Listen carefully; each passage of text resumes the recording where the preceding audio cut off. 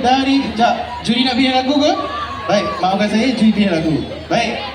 Jawab dulu lah. Jawab dulu lah. Dah buat. Okey. Kita minta macam tadi. 3 versus 3. Okey, sekarang boleh bincang 3 versus 3. Kita bagi side. Jangan 10 side, 20 side. Okey, kira. Dia orang pernah main kat sini. 10, 9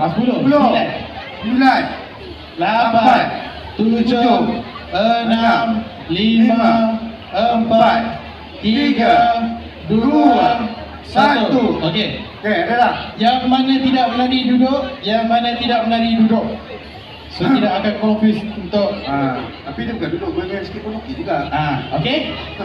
Okey, ready dah? Okey. Baik, juri lagu. Kita pilih lagu nombor 17. Lagu nombor 17. Okey, stand by. Okey, sekejap. So, Cili akan jalan dahulu. Baik, perlawanan seterusnya antara Damai Tari versus Cili Atala Beraca. 4, 3, 2, 1.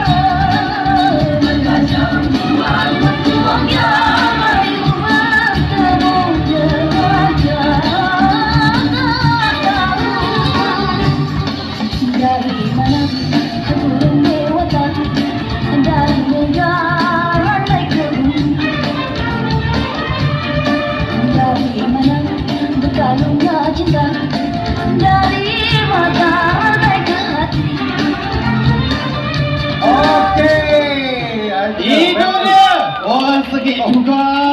Jom macam Tak bisa nampak saya tengok ni. Okey, baik, semua ke depan. Okey, jom. Depan. Baik, semua ke depan.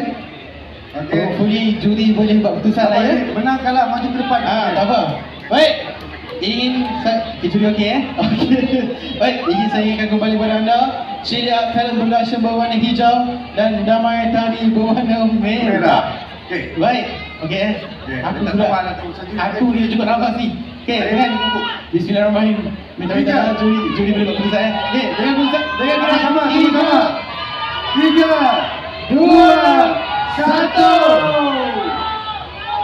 Hijau 1. Tidak. Hijau 1.